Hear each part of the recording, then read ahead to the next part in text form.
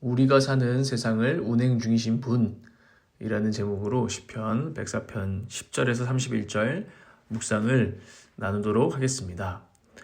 오늘 말씀을 보시면 10절에서 18절 내용이 이렇습니다.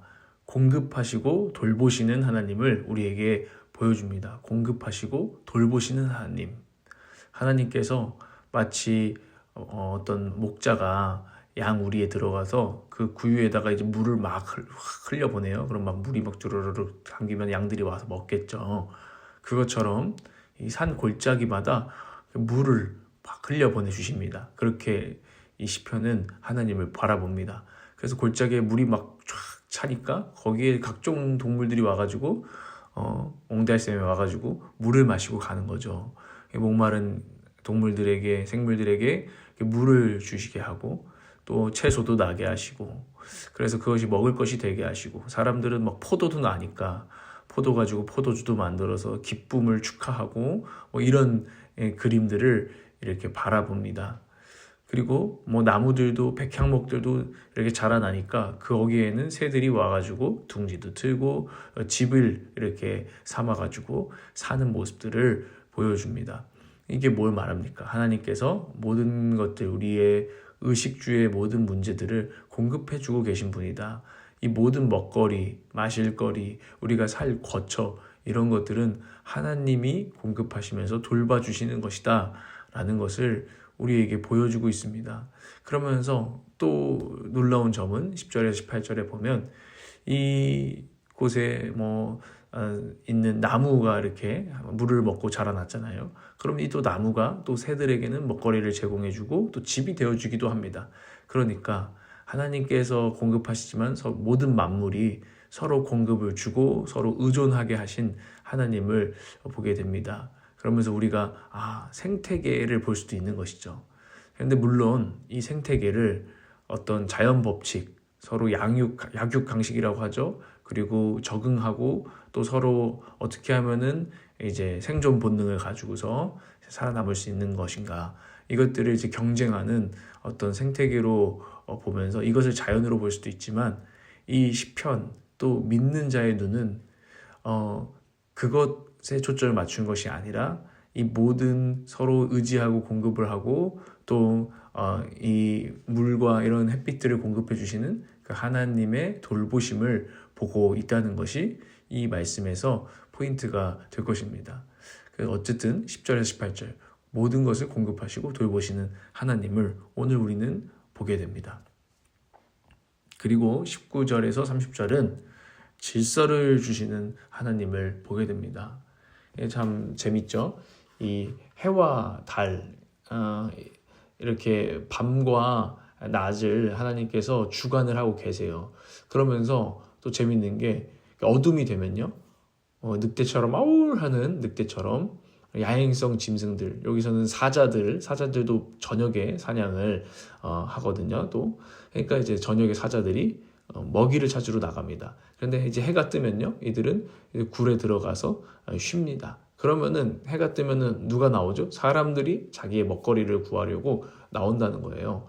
이런 이제 질서를 하나님이 만드신다는 것을 우리가 보게 된다는 거죠. 그래서 19절에서 30절은 질서를 주신 하나님을 우리는 또 만나게 되는 것입니다. 하나님이 또 땅과 바다의 경계를 나누시고 땅에 사는 생물들의 영역, 바다에 사는 생물들의 영역들을 정해주셨다라는 것입니다.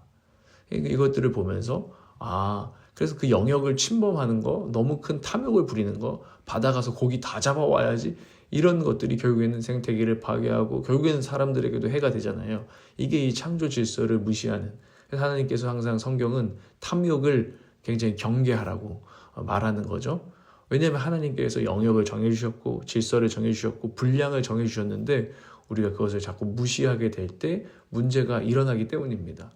하나님께서 우리가 사는 세상의 질서를 주관하시고 정하시고 운행하고 계신 분이다 라는 것을 우리는 오늘 또 기억해야 됩니다.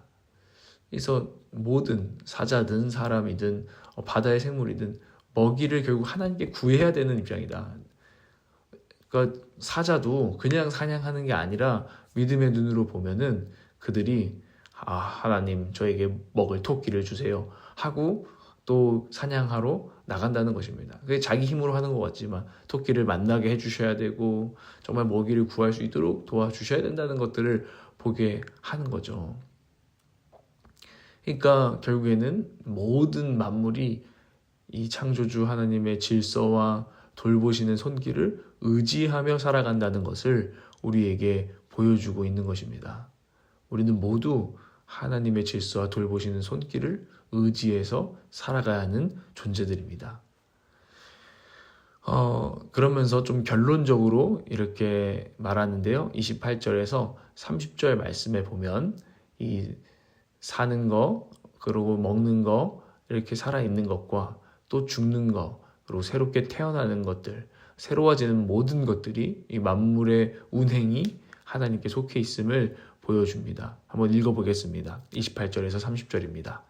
주님께서 그들에게 먹이를 주시면 그들은 받아 먹고 주님께서 손을 펴 먹을 것을 주시면 그들은 만족해합니다. 그러나 주님께서 얼굴을 숨기시면 그들은 떨면서 두려워하고 주님께서 호흡을 거두어 들이시면 그들은 죽어서 본래의 흙으로 돌아갑니다. 주님께서 주님의 영을 불어 넣으시면 그들이 다시 창조됩니다. 주님께서는 땅의 모습을 다시 새롭게 하십니다. 아멘. 우리가 주님의 먹이를 주시는 손길을 따라서 사는 사람들이고 주님이 우리에게 호흡을 거두시면은 우리는 흙으로 돌아가는 존재라는 것을 우리는 이 창조주 주님 앞에 늘 겸손히 기억해야 된다라는 것을 우리는 보게 되는 것입니다. 이것이 질서를 주신 하나님을 우리가 오늘 만나고 대하는 방식입니다. 그리고 31절 마지막 절인데요. 오늘의 우주를 영원히 운행하시며 기뻐하시는 하나님을 노래합니다. 그러니까 이런 질서를 붙들고 세상을 유지하시고 공급하시고 돌보시는 하나님이 영원한 분이다라는 것을 지금 노래하고 있습니다. 그리고 그 하나님께서는 자기가 이 역사 또 이 세상 우주를 친히 이렇게 운행해 가시면서 그 운행해 가시며 기뻐하고 계신 분이다라는 것을 노래하고 있습니다. 한번 읽어볼까요? 31절 주님의 영광은 영원하여라. 주님은 친히 행하신 일로 기뻐하신다 라는 것입니다. 하나님은 영원하신 분이고 세상을 창조하시고 지금까지 운행하고 계신 분입니다.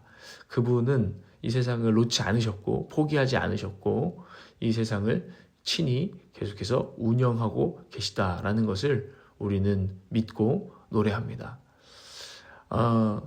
오늘 이 말씀들의 내용을 먼저 이렇게 보았는데요.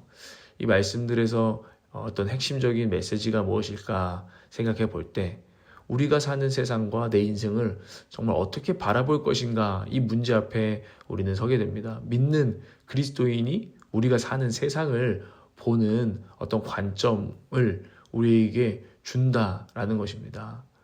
우리는 사는 세상 어떻게 봐야 될까? 하나님이 사랑으로 돌보시며 유지하고 있는 곳으로 보아야 한다는 것인데 사실 그것이 쉽지 않습니다. 왜냐하면요. 정말 자연을 보세요. 얼마나 냉정합니까? 개구리가 파리를 먹고 파리를 먹은 개구리를 뱀이 먹고 뭐 이런 것들을 보고 있으면 하나님의 사랑이 정말 의심이 가잖아요. 정말 그것을 인정하기가 참 어렵잖아요. 이 세상의 현실도 보면은 그렇죠? 대기업과 하청업체와 또 여러 지금 자영업자들 또 여러 가지 사회 이슈들을 보면은 진짜 현실이 또 막 서로 경쟁하느라고 서로 속고 속이는 이런 일들을 우리가 살면서 또 많이 또 당하고 서로 겪고 있습니다. 우리가 사는 이 세상을 정말 핑크빛 하나님이 사랑으로 돌보셔 이렇게만 보기에는 좀 진실하지 않은 느낌을 받을 수밖에 없죠. 이것은 이해할 만한 일입니다. 그러니까 오히려 세상은 냉정해 냉혹해 그러니까 살아남아야지 이렇게 현실적으로 생각하고 사랑 이런 것들은 식어져 가는 것들이 이해할 만한 일이기도 하다는 것입니다. 그런데 그럼에도 불구하고 우리는 믿음과 소망과 사랑으로 우리가 사는 세상을 하나님 안에서 보아야 합니다. 그런 분들이 있겠죠. 하나님이 이따구로 지금 운행하신다고? 진짜 운영진 엉망이네 진짜. 엉망진창이구만. 너무나 화가 나. 내 인생에 너무나 힘든 일을 당하신 분들, 또 세상을 보면서 그런 냉혹함에 너무나 상처 입으시고 씁쓸함을 느끼신 분들, 또 그렇게만 생존 방식을 삼고 살아오셨던 분들은 아마 이렇게 생각하실 수도 있을 것입니다. 그런데 우리는 이제 예수 그리스도 안에서 보아야 합니다. 예수 그리스도께서 그래서 그렇게 불평하고 원망할 수밖에 없는 너무나 망가진 이 우리가 사는 세상, 죄 때문에 파괴된 이 세상, 완악해진 이 세상 가운데에 구원을 주시려고 오셨다는 것, 그리고 그러므로 말미암아 하나님이 여전히 사랑으로 돌보시고 유지하고 또 새롭게 창조하실 것을 우리는 기대할 수 있다는 것, 이것이 복음을 믿는 사람들의 마음입니다. 믿음입니다. 둘 다 무시하지 않는 거죠. 냉혹한 현실도 보고 죄로 파괴된 하나님이 아파하시는 세상도 보고, 그러나 여전히 사랑으로 돌보시고 예수님을 보내셔서 회복해 나가시고 온전히 회복할 그날을 소망을 주신 그 하나님도 보는 것입니다. 여러분, 우리가 살면서 우리의 믿음과 소망으로 그렇게 세상을 보기가, 내 인생을 보기가 어려울 때가 있지만 오늘 다시 한번 주 손길을 느끼시길 바랍니다. 예수 그리스도, 그분이 내 인생에도 찾아오셨고 그 망가졌던 우리의 인생과 이 세상을 구원하실 것이며 회복하실 것이며 회복해 가고 계신다는 것을 여러분 신뢰할 수 있기를 바랍니다. 하나님 아버지께서 자기가 창조하신 이 땅을 결국에는 아름다운 곳으로 오늘도 한 걸음 더 이끌어 가고 계시다는 것을 신뢰하시길 바랍니다.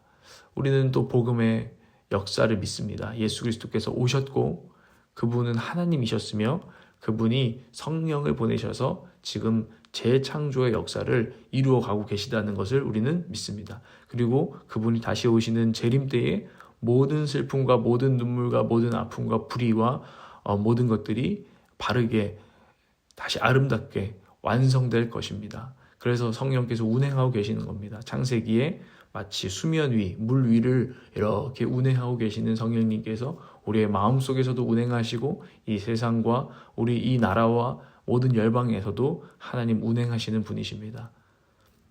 그것을 믿고 오늘도 우리 삶에서 새 창조를 시작하신 하나님을 찬양하며 영원히 그분이 다스리심을 노래하고 기뻐하며 하나님과 동행하는 우리가 되기를 원합니다. 기도하겠습니다.